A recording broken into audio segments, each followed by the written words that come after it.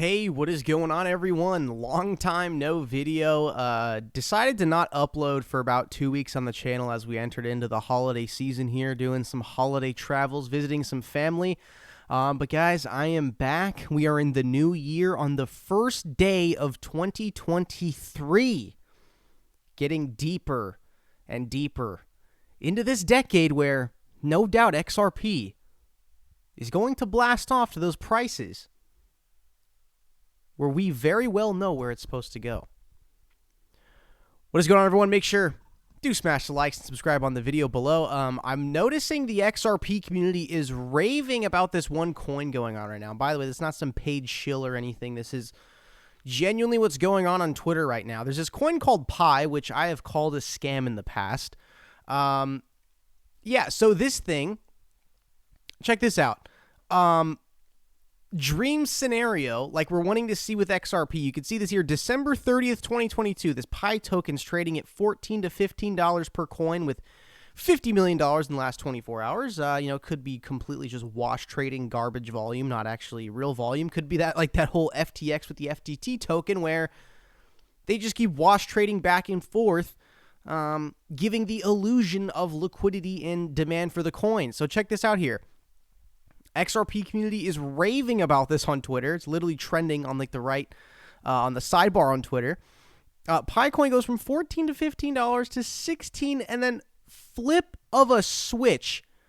You see that there, 5:40 p.m. on December 30th, 6 p.m. December 30th, goes to $300 per coin.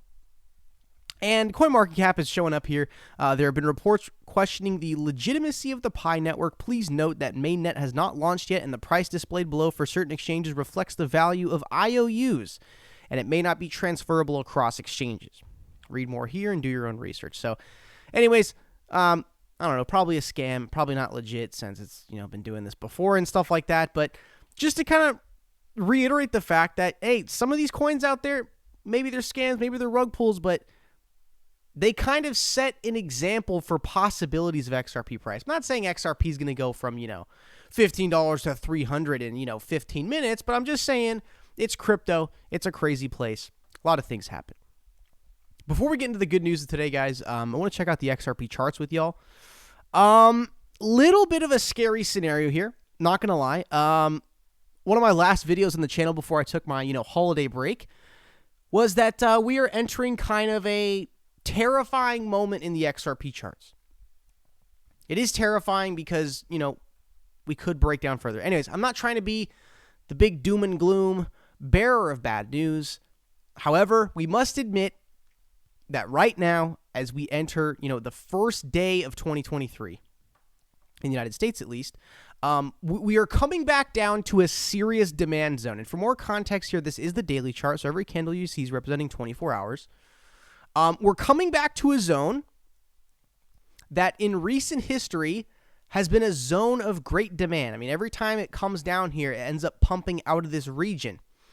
Down at the 30-cent XRP, right when it's a hair before going to 20 cents per coin, there is a lot of people out there, and probably viewers of this video, that got buy orders down there that are scooping up XRP and keeping the price afloat. All right, guys, as you can see, here, great demand, here, demand, here, demand, here, demand, here, demand, pump the coin all the way up to above 50 cents. After the FTX dump, here, pump the coin from 31 cents to 42. So we're coming back down to a region here where I'm not trying to be scary and say oh God, guys, this is terrifying. We're going down to 1 penny a coin, but I am saying there could be some sort of scenario.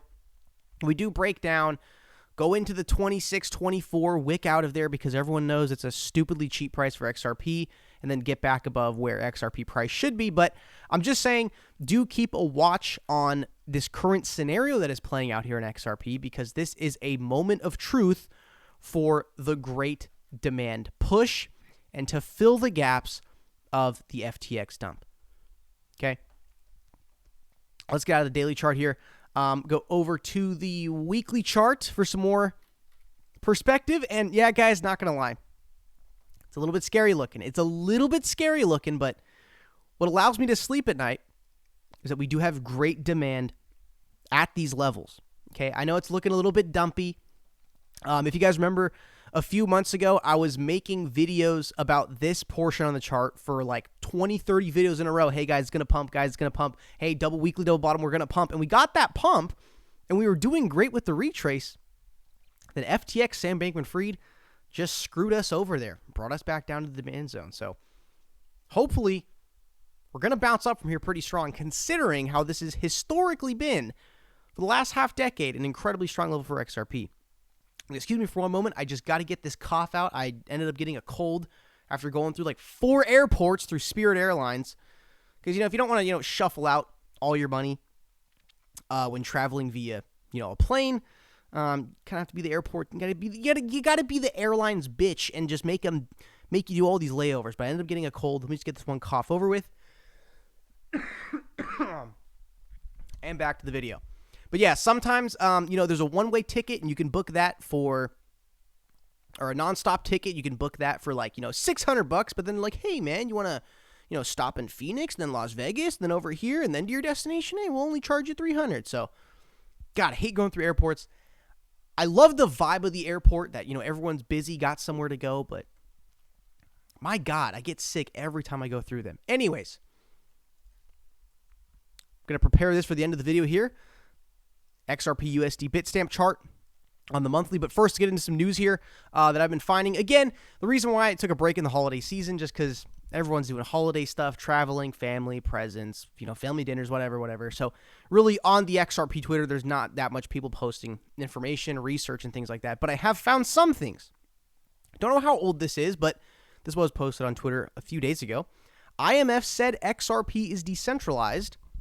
What is the SEC talking, or AKA lying about? Check this out here from IMF.org. Annex 2, crypto assets in the framework of digital assets. Digital asset. Does the asset have a counterpart liability? No. Is the transfer mechanism decentralized? Yes. NFA.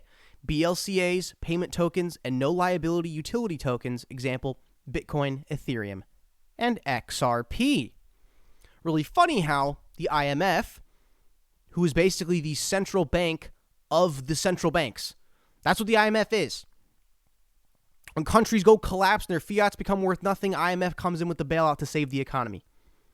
All right, IMF is the central bank of the central banks. It's like the central bank, if that makes sense, right?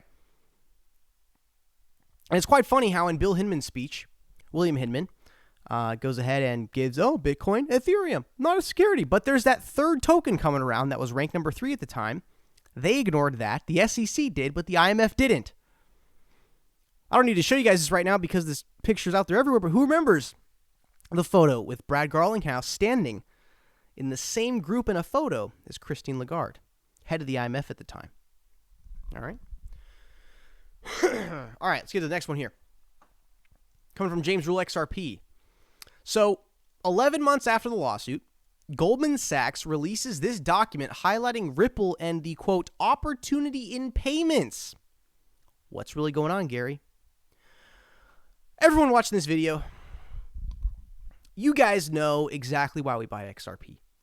We've seen the documents, the in-depth research, the connections, the partnerships, those underground videos that were undiscovered until somebody blasted them on Twitter with the XRP hashtags of huge fucking companies, talking about Ripple and XRP, putting them in these companies, like these quarterly report documents of reviews and research and development and things they're looking into and things they're considering and researching, You guys know the reason why we buy XRP. Everyone watching this video, you watching this video, you know why we buy this. There's so many goddamn big companies that just somehow, coincidentally, all have Ripple and XRP within internal company documents that are later made public. Another thing I got to add. When Ripple and XRP first really got the ball rolling, 2012, 2013, that era, they went on for 6-7 years.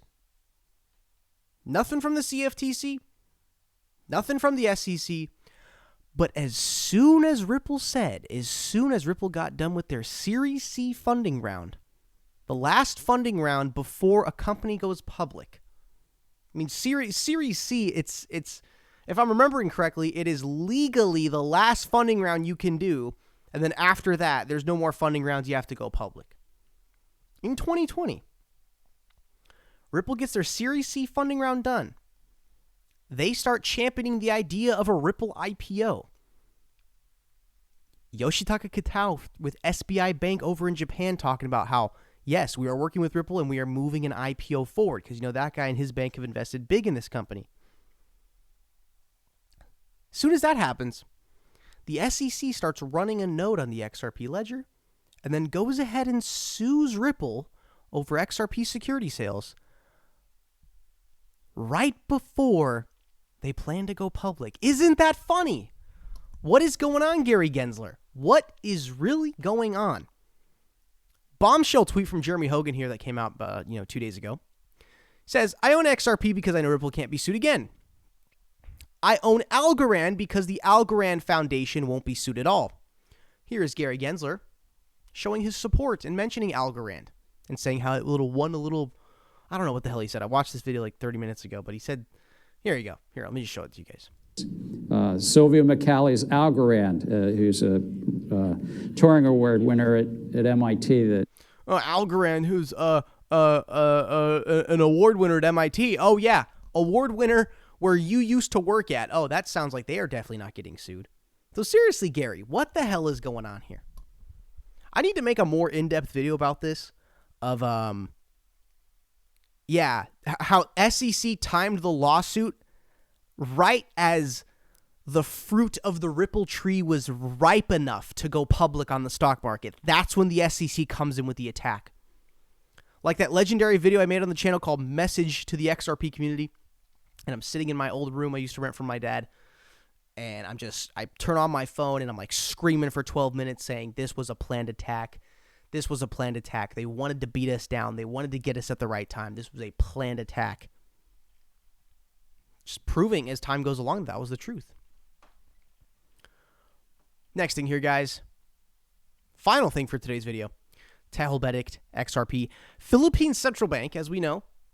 Ripple's actually really big in the Philippines market. That's one of the first corridors they started going after immensely. Right?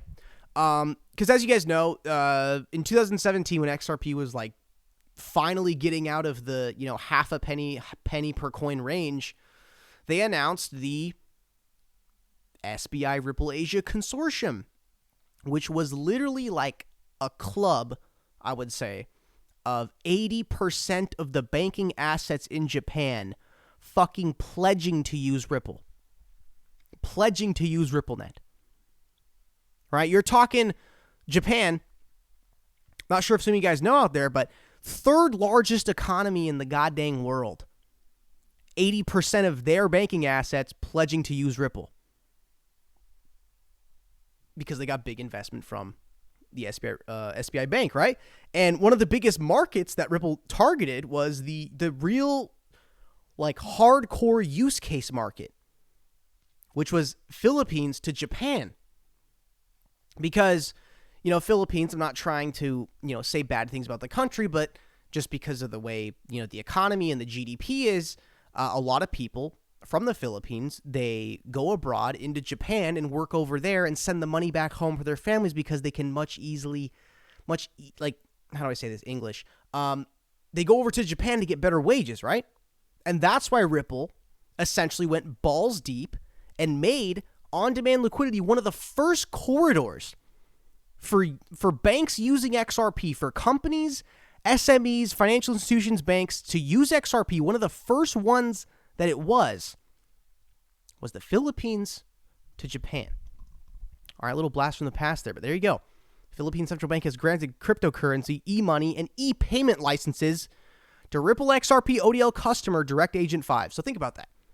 Philippine Central Bank, which I'm sure Ripple is already in deep conversations with for the last few years, has granted cryptocurrency, e-money, and e-payment licenses. Think about that.